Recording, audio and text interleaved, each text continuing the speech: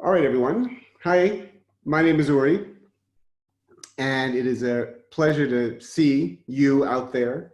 My name is Uri Feinberg. I've been living in Israel since I was 10 years old. And growing up in Israel, I grew up in Jerusalem and then the army, and then I traveled and came back, and there was school, and there was marriage, and there was more school, and there was all these different things that make up what we call life. And I've been involved in Jewish education since 1995. I'm married. I have 3 daughters. That's really the most important thing. And my daughters are 12, 16, and 19. Our oldest is in the military right now. She's in a unit called Iron Dome. And other than that, the 4 of us, my 2 daughters, my wife and I, are here in our home and in self-quarantine, as we all are in Israel, and as I know that you are in California as well. And we're fortunate that we have this opportunity to meet each other, and also to jump right into it, and to jump right into talking about Jewish education, and specifically the history of the state of Israel. Because in October, as Ari said, we will be together and we'll have an opportunity to explore this country. And this is a great way to get that going already now, given all the challenges that we're all facing. There are just hurdles that we are ready to overcome. So I'm going to go right into it and to let you know that over the next 3 sessions, we will be discussing Israel. And when I say Israel, I'm talking about the state of Israel. Now, in order to truly understand the state of Israel, or at least have the foundation we need in order to extrapolate what we can in this kind of setting, in this cyber world that we're living in, we've decided to break into 3 parts. And the first part is going to be an era which, well, leads us into the founding of the state of Israel on May 14th, 1948. And ultimately, this will go as far as we can go in the 30 minutes or so that we have before we open it up to questions. And from that point, next session, we'll take it from the founding of the state of Israel all the way through, well, till today, essentially, leaving the last session, the 3rd session, to talk about current events, to talk about what's happening in Israel, not just internally, but also externally inward, meaning doing a round robin of our neighbors, what's going on vis-a-vis those countries and Israel, and of course, what's happening in Israel socially, politically, and of course, virally as well, with what's happening now with the coronavirus. So that's the plan. This is the first time that we're doing all of this, and we'll see how it goes. All right, so the question of beginnings, where is a good starting point? And this starting point, well, we could go back to Abraham and Sarah. We could talk, that's a great starting point in order to truly understand why we have the state of Israel and, well, what's going on in the state of Israel, but clearly too much for a short session like ours. So then if we have to choose one particular spot of where to begin, I would say that the founding of Zionism, really the beginning, the 19th century, middle of the 19th century, leading us into the beginning of the 20th century, is a transitional moment, and one that at least provides a frame for us to try and make sense of not only where we are, but who we are, and also why. Why is this the place? Okay, now to truly understand Zionism, we would have to go back even 150 or so years in order to understand the transition out of the ghetto, which we won't do today. But if we want to mark some moments that lead us to that point of, well, the early stages of yearning to return in a modern frame, then we would talk about, well, we would talk about Moses Mendelssohn and breaking out of the ghetto walls, as it were. We would talk about revolutions that are going on in Europe, like the French Revolution. We would talk about enlightenment. We would talk about emancipation and all of the isms that are happening in Europe in that 19th century, of course, starting 100 years earlier in the 18th century. Now that we've grasped at least those stepping stones, that gives us that jump that we need to know what happens, let's say, in 1880. Why is 1880 or the 1880s so significant? It's so significant because of those, well, the active anti-Semitism which is going on in Europe against Jews in Eastern Europe. But at the same time, what's so significant about the end of the 19th century is the Jews in Western Europe are finding themselves emancipated. Country after country after country are making Jews equal citizens, or at least equal in the eyes back then. Now, that's going to propel us forward to certain individuals that I'm sure we all associate with the early days of Zionism, for example, Theodor Herzl. But there are others who came before them. And there are others who, well, said everything that Herzl said. Herzl was the first to say it. Anything I say, Herzl said, and I'll talk in a moment who he was, were already said by others before me. Now, as far as how we're going to move forward in our session, I have a bunch of readings and photographs and different things that we'll use the technology here and hopefully be able to use them. But I also have other readings that I have spread out around me that I'll incorporate, and we'll see how we go, because I do want to get through most of this topic before we end our session. So maybe I read a little bit less and I'll just speak a little bit more. But this is what I wanted to share, is that as we start already in 1862, we have certain individuals who are going to be grasping with this notion. Moses Hess, for example, is going to write in 1862 a pamphlet called Rome and Jerusalem. Now, why is this so significant? Because it's the first time that we really see put down in paper this notion of Jewish nationalism within the framework of European nationalism. Just as Italy is going to have Rome as a capital, then the Jews should have Jerusalem as a capital. Now, this will throw us forward. If I were to throw forward from Moses Hess, I get to Leon Pinsker. And Leon Pinsker, who is going to really be one of these early Zionists. Now, the word Zion itself is a word that we know from the Bible. And it's a word that's mentioned multiple times, referring to Jerusalem, to the temple, to the land of Israel.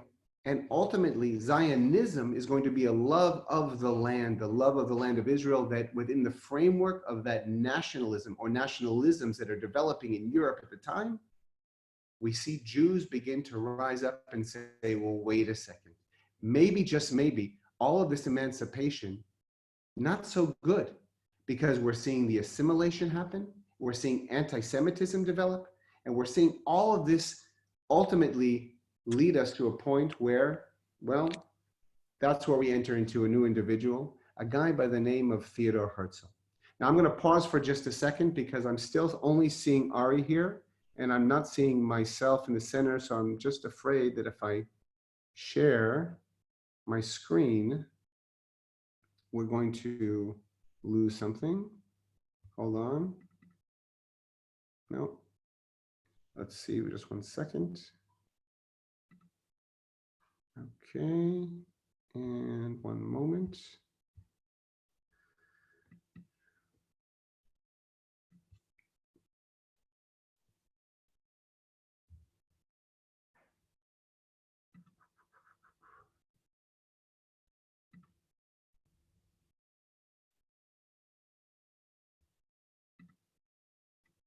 Okay, 1 second.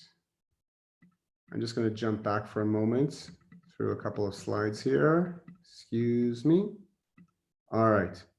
So as we begin to find our journey, we talk about a guy by the name of Theodor Herzl. Now, Theodor Herzl, born in Hungary in 1860, is going to be an individual who grows up nominally Jewish, connected to a certain degree, has a bar mitzvah, but really that's the extent of it. And ultimately, when he's 18, he's going to move to Vienna with his family. He always wanted to be a writer, although his mother wanted him to be a lawyer. So being a good Jewish boy, he became that lawyer. But that passion for writing is going to be an integral part of who he is. And ultimately, in addition to being a somewhat well, not even successful at all playwright, he becomes a journalist. And in 1894, he will be covering the hottest story of the day. And the hottest story of the day was taking place in Paris, France. And it was a story in which a Jewish captain in the French army is going to be accused of espionage for the Germans. Now, we should be clear, it was a false accusation. It was a sham. Right. And yet, as Theodor Herzl is there taking notes in the streets and he's hearing what they're saying, Death to the Germans. Oh, that's good. Death to the traitors. Oh, yes, death to the traitors. Death to the Jews. Whoa, wait a second. What now? The Jews? Why the Jews? And ultimately, it's a wake-up call for Theodor Herzl, who is going to, at that moment, really transition, and he'll later say this in his memoirs, where he realizes we have to solve the Jewish problem. There is an illness in Europe. This anti-Semitism is a sickness. Now, one of Theodor Herzl's initial ideas was that all Jews should convert to Christianity, and then you wouldn't have anti-Semitism. Now, fortunately, that was a very short-lived idea, because he will be propelled in a new trajectory, well, ultimately that will change not only his life, but the life of the Jewish world, and in fact, the world at large. In 1896, he will write a booklet, a very short booklet called The Jewish State, Der Judenstaat. And he will profess what it is, well, ultimately he believes. And I'm just going to read you one short excerpt from that. The idea I have developed in this pamphlet is an ancient one. It is the restoration of the Jewish state. The decisive factor is our propelling force. And what is that force? The plight of the Jews. I'm profoundly convinced that I am right, though I doubt whether I shall live to see it myself. Those who today inaugurate this movement are unlikely to live to see its glorious culmination. But the very inauguration is enough to inspire in them a high pride and the joy of an inner liberation of their existence. He is groundbreaking. Within the first year of 1896, this pamphlet will be translated into almost 10 different languages. It takes the Jewish world by storm. In 1897, at the end of August, he will go ahead and convene the first World Zionist Congress, in which, for the first time since the Sanhedrin itself was that body of leadership back in antiquity of 71 rabbis, will be disbanded by the Romans, who had already gone Christian in the year 425, will be the first time since then the Jewish world convenes to talk about the Jewish future. This is earth-shattering. So much so that Theodor Herzl will go ahead and he will write shortly after this event. A few days later, he writes in his journal, were I to summarize the Basel Congress in a word, which I shall guard against pronouncing publicly, it would be this: at Basel, I founded the Jewish state. And of course, he goes on to say, as you can read, no more than 5 years, no less than 5 years, but no more than 50 years, he says there will be a Jewish state. This is in 1897. November 29th, 1947, we end up with ultimately a brand new reality in which the United Nations says yes to a partition plan. Now, I'm going to just move right along here, because I do want to get to a few other points as we, and it could be that we don't get to the end as I wanted to today, and we tag it on to the next session, which is absolutely fine. The gentleman that you see right now is a guy by the name of Chaim Nachman Bialik, because this early foundation of Zionists and Zionism and pioneerism is going to come from, on the one hand, the ground up, because we know that there's going to be writers, and there's going to be socialites, and there's going to be people who are rising up within their cities in Europe, whether it's in Germany or it's in Odessa, who are going to be a voice of a people. At the same time, it's top down with people like Theodor Herzl, who talk about something called political Zionism. But we will soon enough talk about different Zionisms that are going to see that it comes from all angles. Now, this guy, Chaim Nachman Bialik, later to become the poet laureate of the Jewish people in the land of Israel, will visit a site that is known as Kishinev. And he visits that site in Kishinev in the year 1903, because it's in Kishinev that a pogrom is going to take place, these organized attacks against Jews that will, of course, on the one hand, by the governments in which they happen, are told this was spontaneous eruption of emotion, and yet we know that, of course, it's mandated from above, but this anti-Semitic pogroms will happen in April of 1903, at a time when, on the one hand, we have this wave of Zionism, and yet that first wave that arrives in the land of Israel, 1882 to 1903, that first wave is starting to dwindle down. The land which has been purchased by Jewish philanthropists like Montefiore and Rothschild and Baron Hirsch, all of that is going to slowly start to weigh heavy on those new immigrants who come because, well, ultimately we don't know what we're doing. And we're buying up land that oftentimes sight unseen. It looks like a beautiful lakefront, and it turns out to be swamp-infested, malaria-infested swampland. And of those who come in the first wave of immigration, half either die or leave. And there's already this downward spiral despite Herzl's best endeavors. And then this happens. And 45 Jews are going to be killed in this pogrom. And to be crass, we've had worse before and worse after. And yet, this terrible event of Kishinev will produce what you can see on your screen right now, a poem. And I've only put the first page of that poem. It's a very long, epic poem called In the City of Slaughter. And I won't read it for you right now. You can start to read it yourself. It's a very long poem, but in it, you can already, in the first opening page, you get a sense of what Bialik is encountering when he goes and he sees the aftermath. And the aftermath is a reality that is no different than well, our existence in the diaspora, as Bialik will say. He says, the springtime was upon us. The birds were chirping. It was a new year beginning, and blood flowed through the streets. And you hid in the corner, and you prayed to your God. And fingers blaring. That's what he was. He was accusing not the Russians, not the Ukrainians, not anybody else for the pogrom, but he was accusing us. We Jews are responsible because we didn't stand up for ourselves. Now, this ultimately is going to, well, it's going to shock a generation. And the generation that's going to be shocked is going to be 15 and 16 and 17-year-olds. Now, the guy you see on the screen right now is a guy by the name of Aleph Daled Gordon, A.D. Gordon. There was a whole series of sugar packets that we had in our cafes here in Israel, and they had all the early Zionist leaders on them. So this is one of those sugar packets.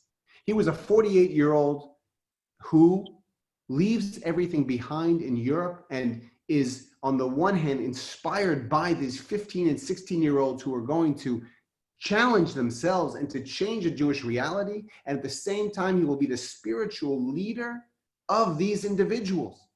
And he will develop something which is known or will become known as labor Zionism. So we have political Zionism top down and labor Zionism instituted by Aleph Daled Gordon, who says, we have to work the land of Israel in order to redeem ourselves. We're not just redeeming the land.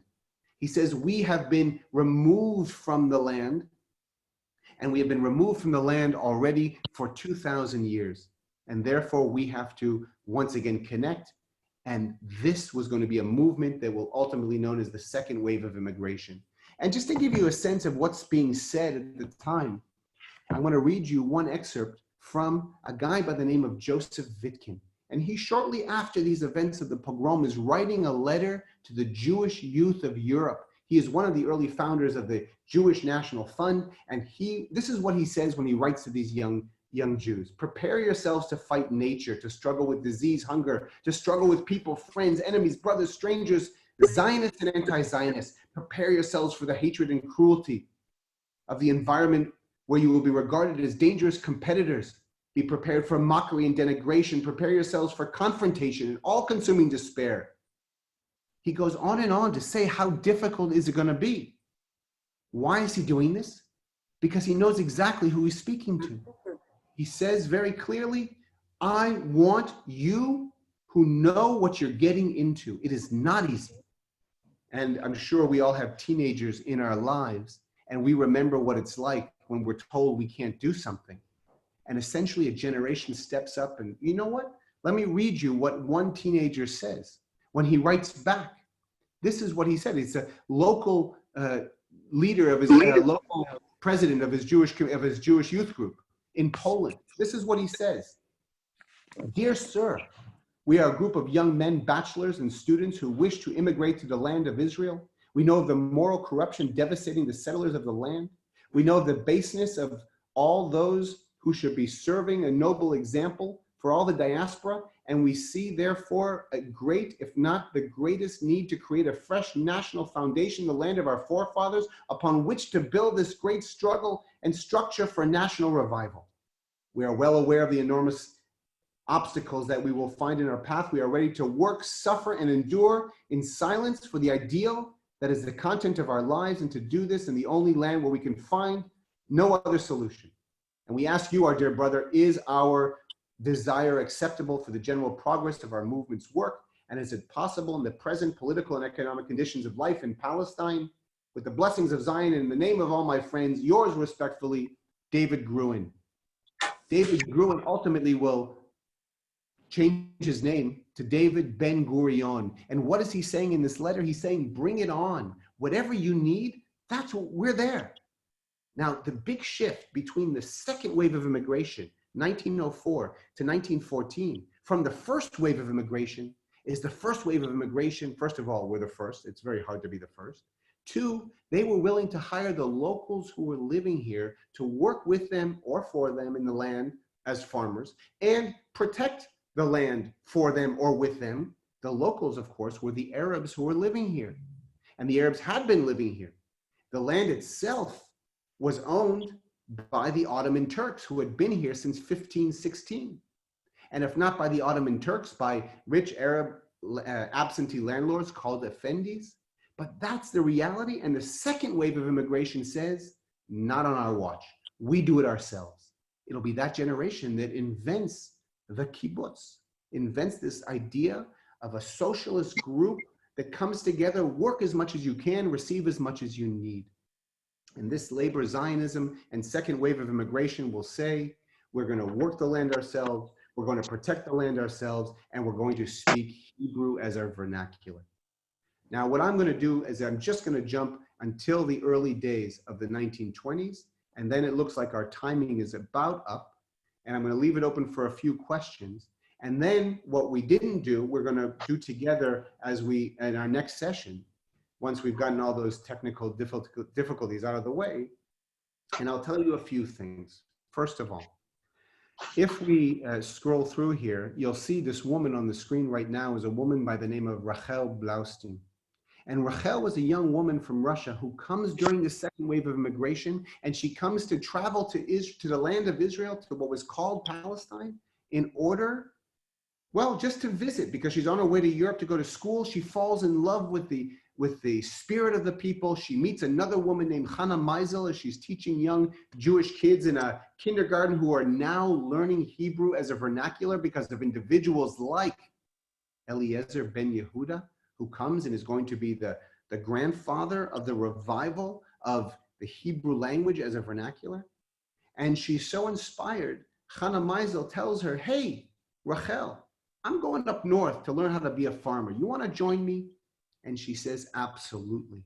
And they go up and they learn how to be farmers, but that's not it, because it's not all that's it. Because when they go up there, it's not so idyllic. If you take a look on the screen right now and you see the poems that are here, Rachel, among other things, was also an incredible poet. And just a short synopsis of her life, after she is part of the first group to found the first kibbutz, called Kibbutz Degania, she will also be of the women who, as they're learning how to be farmers, looks left and right and says, hey, wait a second, why are we still in the kitchen? Wasn't this supposed to be a utopian reality where we're all equal? This can't be. And Hannah and Rachel go ahead and start their own women's training farm just for them. But ultimately, she is part of that group that founds the Kibbutz Degania and will then be sent by the kibbutz to Europe to study agriculture. And when she does, well, she wants to return to her kibbutz, but World War I happens. She gets stuck in Europe, and she doesn't return until after the war. When she returns, well, sadly, she contracts tuberculosis. And ultimately, the kibbutz will make a decision that she has to leave the kibbutz. And she ends up in hospitals in Poria and in Sfat in Jerusalem, and she ends her life in 1931. She dies in 1931 in Tel Aviv. But throughout her whole life, she was a poet as well. And you can see that even everything she did in her life, she still thinks it wasn't enough. I can't offer you my land in praise, heroic deeds. Only one tree have I planted on the way. Even this planting, that's all she has to offer, she thinks in her own mind, and yet she will represent a generation that will transform who the Jewish people were, who they were in Europe, and who they will become. This will be the basis for, ultimately, secular Israeli Jewish identity. Now, that concept, while perhaps in other countries, we, of course, understand that some of us are Reform or conservative or just Jewish or Orthodox, and yet the secular Jewish identity is going to be one that is unique for the reality that was created during the labor Zionist movement, and ultimately that will develop as the state of Israel develops. Now, the characters that you're seeing on your screen, the first one was a guy by the name of Rabbi Abraham Isaac Cook, and the guy who's right now on the screen is a guy by the name of Ahad Ha'am, each one also representing a different kind of Zionism, which again, we will go into much more detail when we're together in Israel. One being religious Zionism, a fusing of this understanding that yes, there will be a Messiah and a Messianic age, but it's okay to connect with the secular Zionists and pioneers and kibbutzniks because they are part of that, the creation of the bridge that will help bring the Messiah. And this guy, Ahad Ha'am, which was a pen name, his name was Asher Ginsburg, will ultimately lead a movement that was actually against Theodor Herzl altogether. And he said, no, we don't need a state right now. We just need to get Jews living in the land of Israel because the spirituality, the culture that we have embedded in us will finally be able to come forth if we are in our land. And by doing that, that spiritual revival, that cultural revival. In fact, the paintings that you see behind me on the wall, I don't know if you can see it like that, but those two paintings are paintings by some of the early Jewish painters in the land of Israel to become the state of Israel. Nahum Gutman and Reuven, who were inspired by the likes of Ahad Ha'am. But that's not even what I wanted to show you. And of course, we also have Jabotinsky, another understanding of Zionism, which said, no, there was a movement called revisionist Zionism, and we're very much like Theodor Herzl and the labor Zionists. And yet, unapologetically declaring, if we have to defend ourselves, we will do it because we are going to be the new Jew. And ultimately, he will lead a movement called Beitar that will ultimately give us the leaders such as Menachem Begin, and we'll talk about him as we go along.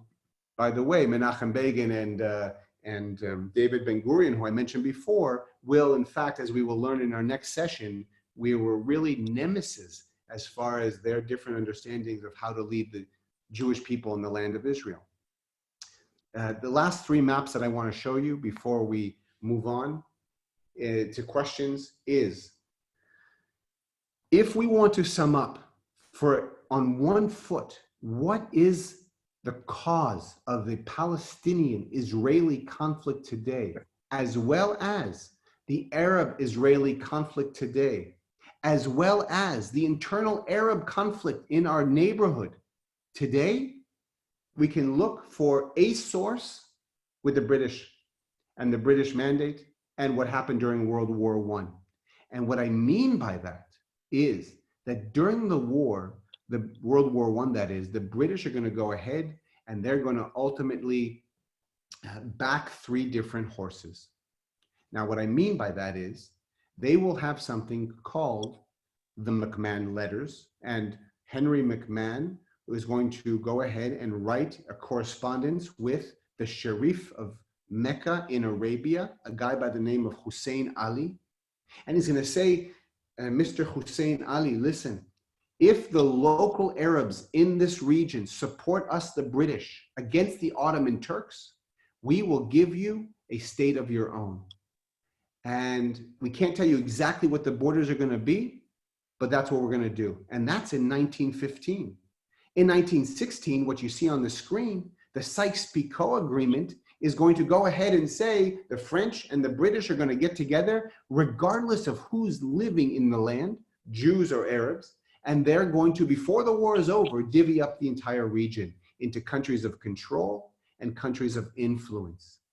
And then the third horse, as it were, was going to be what you see now, the Balfour Declaration.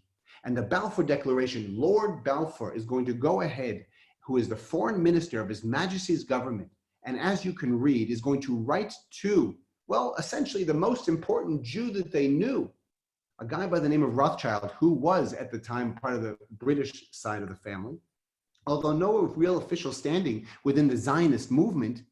And they will say, we are happy to tell you that His Majesty's government sees with favor the establishment of a Jewish homeland in Palestine. Sounds great, means very little.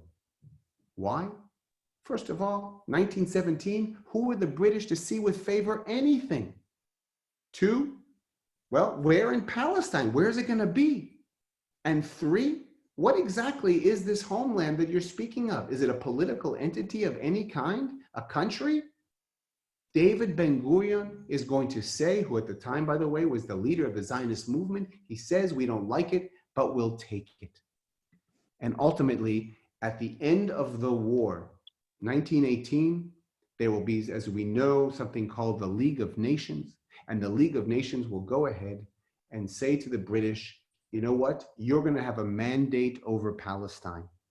I'm going to just put in parentheses for a moment and to tell you that the name Palestine is actually born out of a punishment that's given to the Jews by a guy named Hadrian. Hadrian was an emperor of Rome, and in 132 to the Common Era, very shortly after the Great Revolt in which the Holy Temple of Jerusalem was destroyed in the year 70, so soon after, we Jews, again, couldn't take the Romans controlling us, so we rebelled. Now, the truth is, the sequence of events is a little shaky as far as we know in Jewish tradition. But ultimately, Hadrian is fed up with these uppity Jews, outlaws Judaism. We rebel with a spiritual leader by the name of Rabbi Akiva and a military leader by the name of Shimon Bar Kokhba. And for 3 years, we hold the Romans off and have even almost reconquered Jerusalem. And then we're destroyed. Bar Kokhba is killed. Rabbi Akiva is killed. And as a means to an end, Hadrian says, hey, you uppity Jews, not only are we going to change the name of Jerusalem to Ilia Capitolina, named for me, Ilia Hadrian, and Capitolina, the altar to Jupiter, we're going to go ahead and name Judea, as it was called, i.e. the land of Israel, we're going to call it Palestina. Now, Palestine had been already a regional name for Greater Syria. But he says, we're going to give a posthumous victory to your biblical arch enemies, the Philistines. Now, just to be clear, me focusing on that idea of where Palestine comes from has nothing to do with who the Palestinians are today. We'll get there, but that's the origin. Anyway, this map that you see here, once the League of Nations gives the mandate to the British, will be what is going to be identified as the British Mandate of Palestine. And ultimately, one of the first things that are done is that 2/3 of that map will be siphoned off, and it will be making good on those McMahon letters that I mentioned earlier. And what we're left with is the blue that you can see just west of the Jordan River, and that will be the Palestine that we talk about when we talk about the British Mandate of Palestine. The year now is 1922, and what happens between now and 1948, and then 1948 and today, we will get to when we speak again next week. So I will now do this, see if there's any questions that are available, that are on. Okay. Any questions from anyone?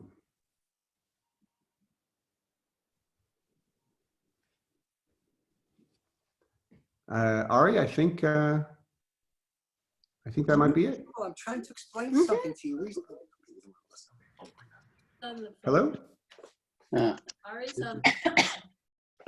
Okay, I think we just got unmuted here, so. I think we did. Ari, did you unmute everybody? I think you might have. That's it. Let's see for a second. Hold on.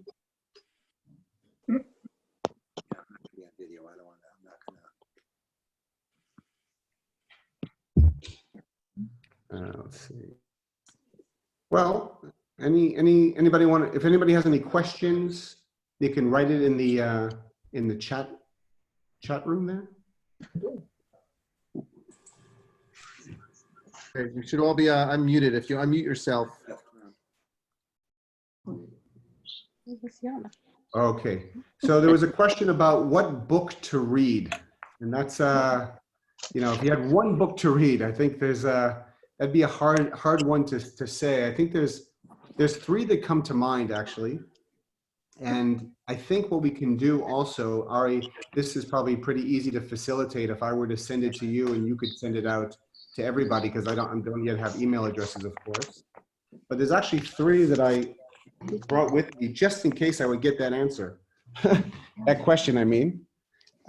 Two of them, let's see, one is this book here. You can see it for a moment, and I can send this out. This is A Concise History of Israel by Danny Gordis. That's one book that I think really does a good job at trying to, and again, I'm happy to, you don't have to, it's a small screen, I don't know how clear it is, but we can send out all this information. It does a good job, and he's very, listen, Danny does a great job in making it very clear what this is. It can't give all of the information, but it definitely does give, I think, at least from his understanding of history, that evolution from the pre-state period all the way through modern times. The other book, this one here, and this is My Promised Land. And I specifically give both of these authors because I think I know that their particular purview of what is going on in Israel and how we evolved and what needs to happen as we move forward are slightly different, even though both are absolute lovers of Zion and lovers of the state of Israel, both who have their home here. Therefore, I think these would be two places to start. And the third, this is a little bit older, but does a good job at least making the story of the early Zionists come alive. It's called The Israelis by Amos Elon. And again, focuses on that early Zionist period into the early days. Those are just kind of three off the top, but I'm happy to send out more ideas, more thoughts of what to read.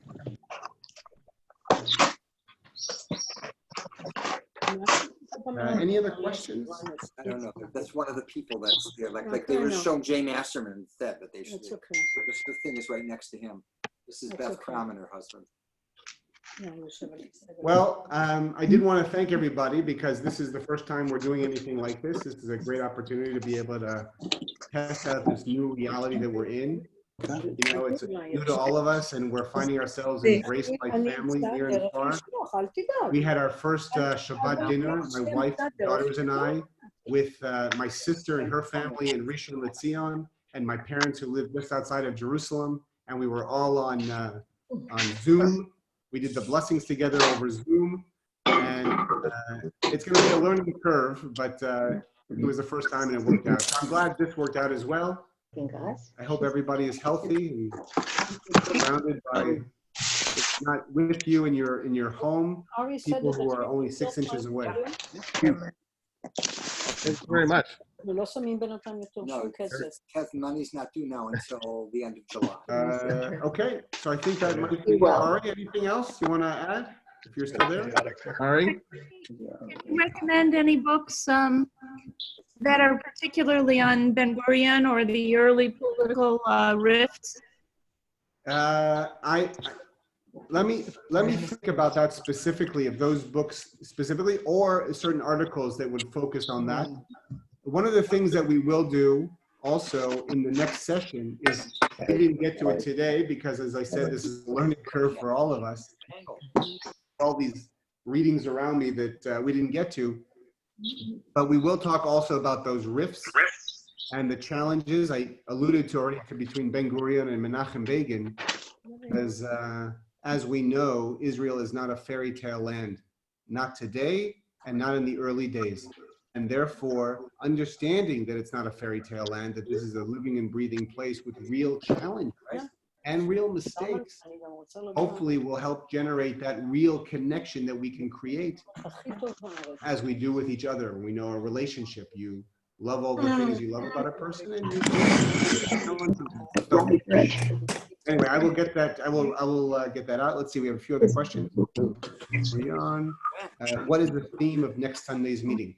The theme for next Sunday's meeting is I will be able to get through, because we'll start right on time without any technical challenges. We're going to continue through 1948, and then from 1948 essentially through till today, or as far through till today that we can. And then the third session, if we haven't finished up until today in the modern state of Israel, 2020, we will finish out what years we still have left in our survey of Israel's history. And then we will go ahead and open it up to, well, ultimately current events. What is happening ultimately today, or next week, that is, March 29th. What is there, first starting off with what's happening with Israel and Syria? What's happening in Lebanon? What about the two countries we have peace with in our neighborhood, like Jordan and Egypt? Then we're going to turn inward, and we're going to look at what is going on with our politics, because if you've been following along, as though coronavirus wasn't enough, we have other interesting challenges that we're faced with right now. So we'll be able to touch on that. And we'll also talk about what's happening socially within Israel. Are we seeing a change? I'm sure that you're seeing in your communities as well because of this new reality. What is that change that we're seeing amongst neighbors, amongst public? How are we, as we say in Hebrew, b'chol zot, I saw myself. fight everything else? Because we're so removed from each other physically, how in fact are we coming together? I saw myself looking. And also an up-to-date what's happening with the virus here in Israel, and what has Israel been doing, and what is happening. So that's the plan for next week and the following week. Let's see, what else do we have here? Anything we should do to prepare next week's lesson? Can you recommend any articles? It's nice. Okay, you know what we'll do? All lips. So what I'll do is I will be in touch with Ari, and I can send out the readings that we didn't get to. There's a bunch of different Zionist readings to give us a better understanding of who the religious Zionists were, and the revisionist Zionists were, and labor Zionists, and spiritual Zionists, and cultural Zionists, and the political Zionists. There's a bunch of readings I can send out.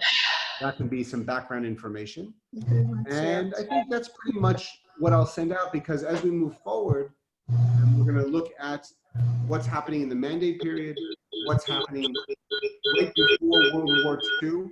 What I won't be doing, I won't be focusing on the Holocaust. That's not what next week is going to be about.